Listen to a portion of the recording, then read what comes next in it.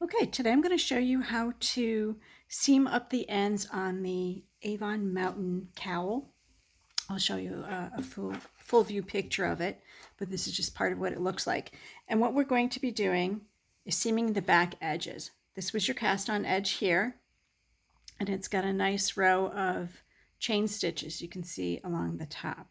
So we're going to match that up to this other end of the neck side of the cowl. So we're going to head and do that. Actually, let me show you what the tools are you're going to need first. In order to do this, excuse the cat hair, you can tell I'm a crazy cat lady, you're going to need to have a tapestry needle. You want it to be very blunt. You don't want to pierce any of the yarn as you're doing this. So something like this, where it's got the little hook shape at the end, that's really nice because it helps you out a little bit in the process, and I'll show you that. But there's absolutely no reason you can't do it with just a straight, blunt tapestry needle. And you can see that one's a little bit more blunt than this one. And you want to use one that's appropriate for the size of your cowl.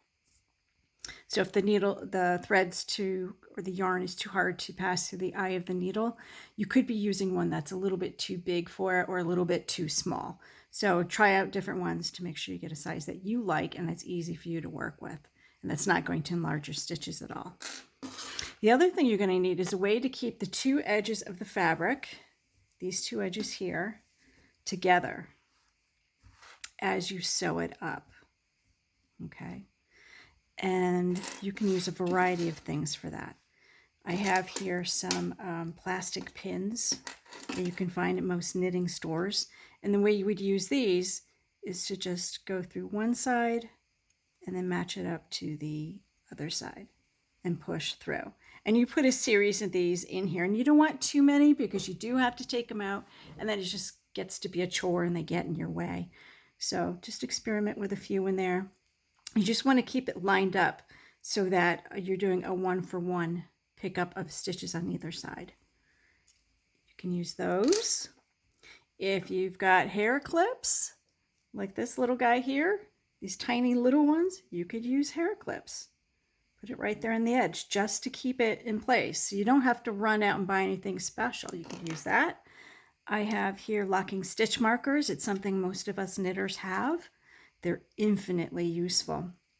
And you would just take this and again on the edge, go through one side, go through the other side, lock it in place. Do down here maybe. You know, something like this, it's only 3 inches, so maybe I would just do 3.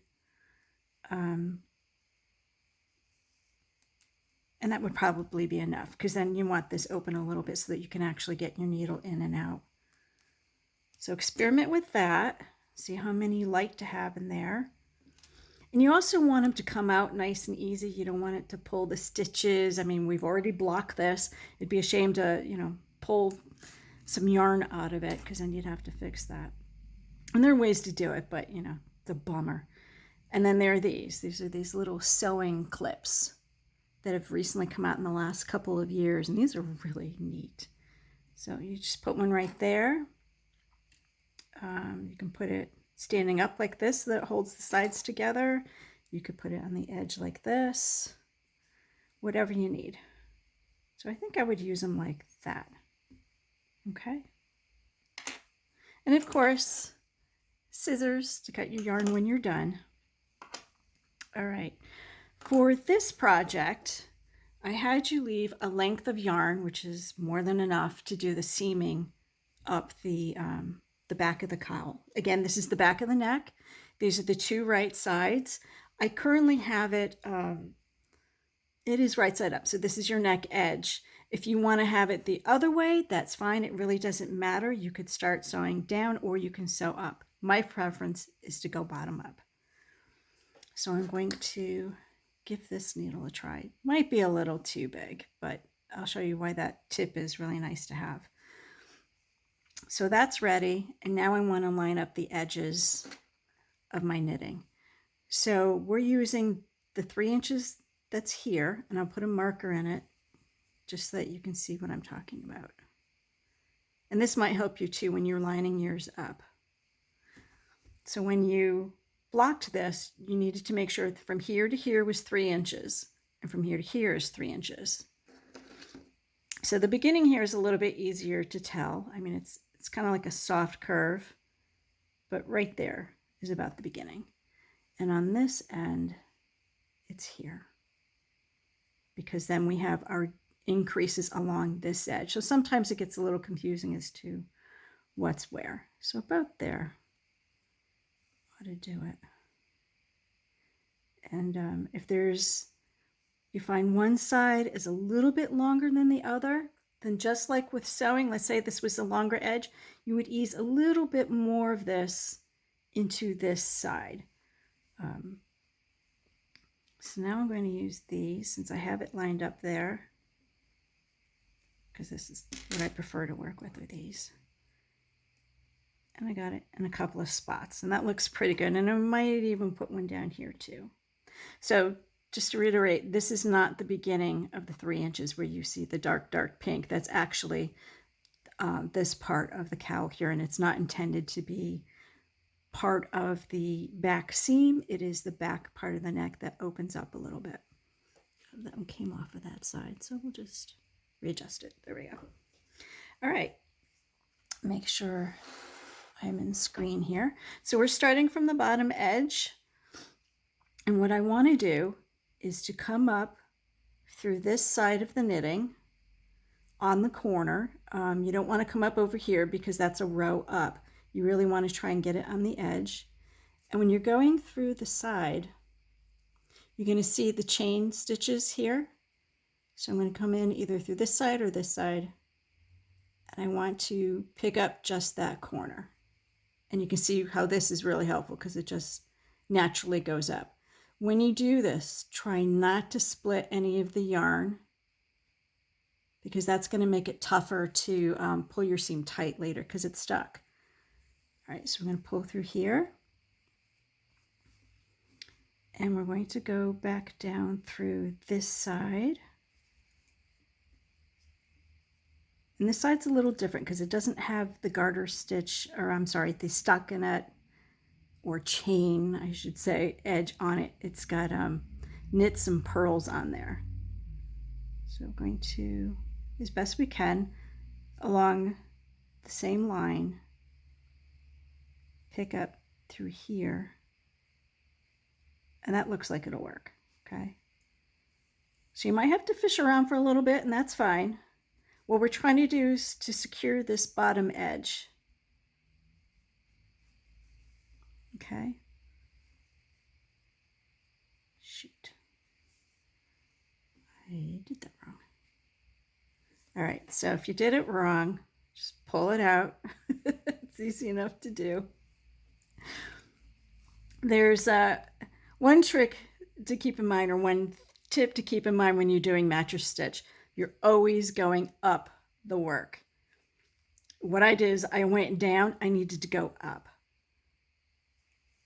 because we're going to do like a figure eight. So come back down where the yarn's coming out here, and go up just a little bit. Oops. Okay. There we go. So it starts to make a zigzag line. So we're now going to really get started. That's just kind of to get that bottom edge nice and tidy. All right, so we're going to go up this side. There's part of, looks like a chain stitch here, and it looks like chain stitch there. We want to go back into where we came from, which is right here, okay? And we're going to go upward. And where those two cross, we want to pick that up. So it's the chain stitch above and below.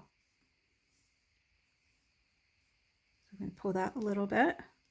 And now we go back to the other side. We came from, you can see that's where it's coming out. We're going to go back into there. And we want to go back up so that we're at the same height as this here. So we're just going to go in there. And it looks like it's this first bump. So let's try that, see how that looks.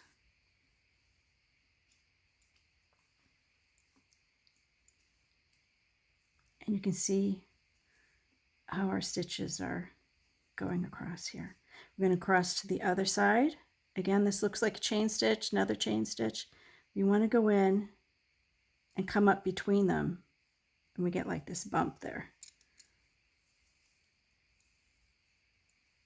And back to the other side. We came out from here, so we want to go up. So I'm going where this comes out. Sometimes it's hard to see, but use your needle to figure it out. Go in through here, and I want to come up through this bump. So I'm actually just going to go into the side there. Oh, there we go. Okay. Does it have to be exact? No, it doesn't have to be exact. You're just trying to match this up, and as long as it looks good, that is all that matters. So I'm at the point of this little clip, so I'm going to take that out. It did its job. Every once in a while, lay it down, check it.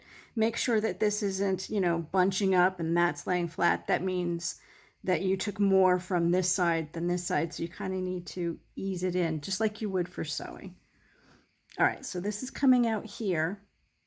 So I want to come back in to this side where I came out, and I'm just going to go up here, go back to where I came on this side, not up this way, right? Because it's already coming out that. So we're going to go in back here. Let's catch the front of it. An experiment where your needle comes out. Don't be afraid to do that, because you can always pull it out and start again. This is just a little bitty piece of seaming, so don't let it scare you. On the other side, go back where you came from. Whoops. Grab that again.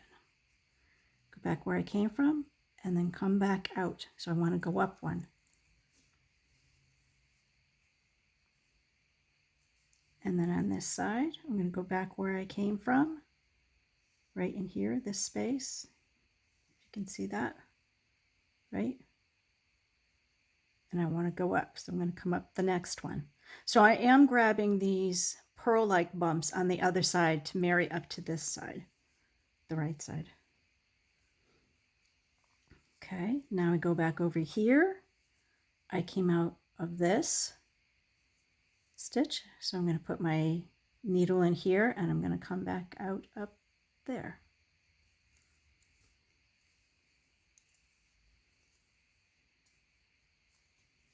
And I'll go back to the left side. Oh, go back to where I came from. It's good for you to see me mess up, so you know what to do. So it's right there, okay? So I'm going to go back in there and up, always up. Okay, and see how when I go up on this side, it matches the height of the side opposite to it. So when I come back over here, this is where I'm gaining my height, and on this side, I'm matching it. If that makes any sense. I think the more you do it, the more sense it makes to you. So I'm going to stop right there, and I'm going to pull this one out just a little bit so that I could tighten up. Let's fix that over there. Okay, because I want you to see what it looks like when you zipper it up. So you just pull this a little bit, keep pulling. See, it's going down through here. Get it back in camera. And you can still see the zigzag there. So that tells me I need to keep pulling. If you do this in a different color, it's like magic. The other colored yarn just disappears into the work. It's absolutely fascinating to me. All right, so I'm going to hold down here a little bit. Hopefully you can see this. And I'm going to pull here. Sometimes you have to hold on either side. Be patient with it. You don't want to split your yarn. Okay, see how this here pulled up? That meant I was pulling a little too tight. So I can pull that down a little bit. Finesse that some. Wiggle it a little bit here and there. Okay, so as you're doing this, you're going to get a nice line of stitches where we combine this to this side. And I think it blends in nicely. just make sure this is okay here at the bottom. Oh, let's try and pull that a wee bit more. Hold it here. There we go.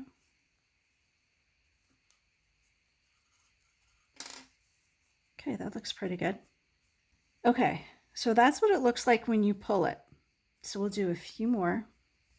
Let me take up the slack here. And as you go along, you should take up the slack, but when you're first doing it, you really need to see where the stitches are coming out so you know where to insert your needle. All right. So here we go. We're back on this side over here. This is where it's coming out. Right there. So I'm going to go up.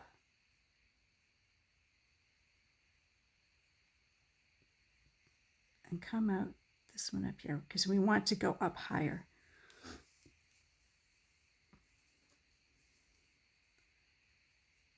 Tighten that up a little bit. Okay. So this is where we came out. Going to go in there. See, my hook is in there, same place as the yarn is coming out. And we're going to go up one.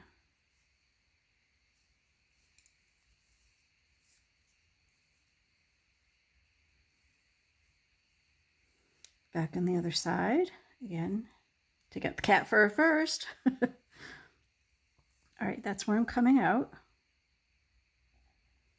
Go back in that spot, and I want to come up here. Pull that through.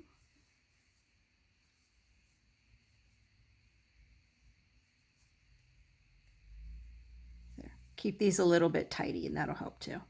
All right, so I want to come back in where this one is coming out, but not through this way. It came out here, so I want to go back into the same hole, but go up.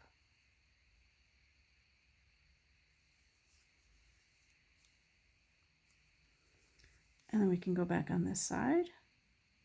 This is where I came in. I'm going to go back in and up. Never down. It's back where you came from, but up. Always up. That'll help you a lot. Just remembering that. And then this is where I came out, so I want to go back in the hole, not below, because that's going to be the temptation. Where you came in, I'm sorry, where it exited, go in it, and then up. Same over here, go into the hole I came out of, go up. And I think I'll speed up this part of it.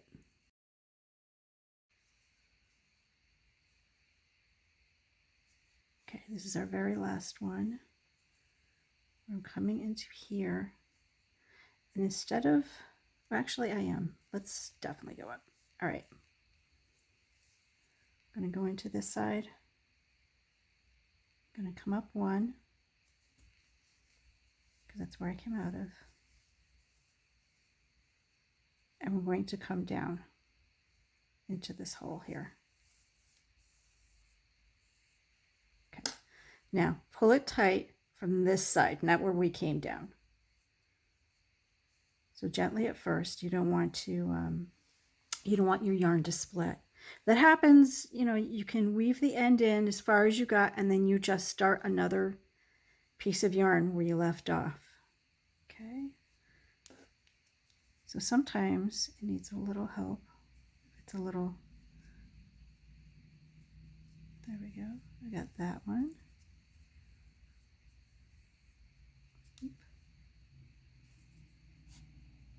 There. That looks pretty good. Looking pretty decent on the other side. So like I said, we're going to come down this one. And now we're going to push our needle through to the back. And then you just weave it in like you would any other end on your project. And that's what it looks like. And since it's already blocked, we don't need to block it again.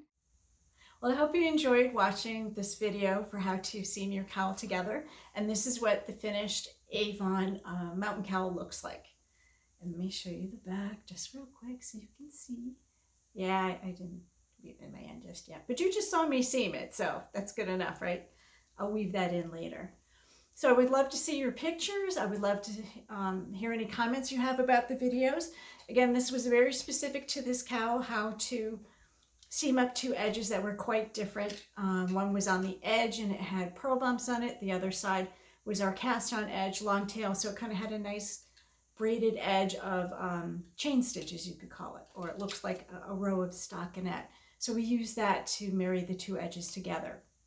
If you don't want to use mattress stitch, which is what we were doing, I should have told you that in the beginning, you can also use a whip stitch. And if you go on Ravelry to the Avon Mountain Cowl pattern, and I'll put a link below, you can see my test knitters photos where some of them chose to do the whip stitch instead. So it'll look equally as great with that. And again, I can't wait to see your cowls. Thank you for watching.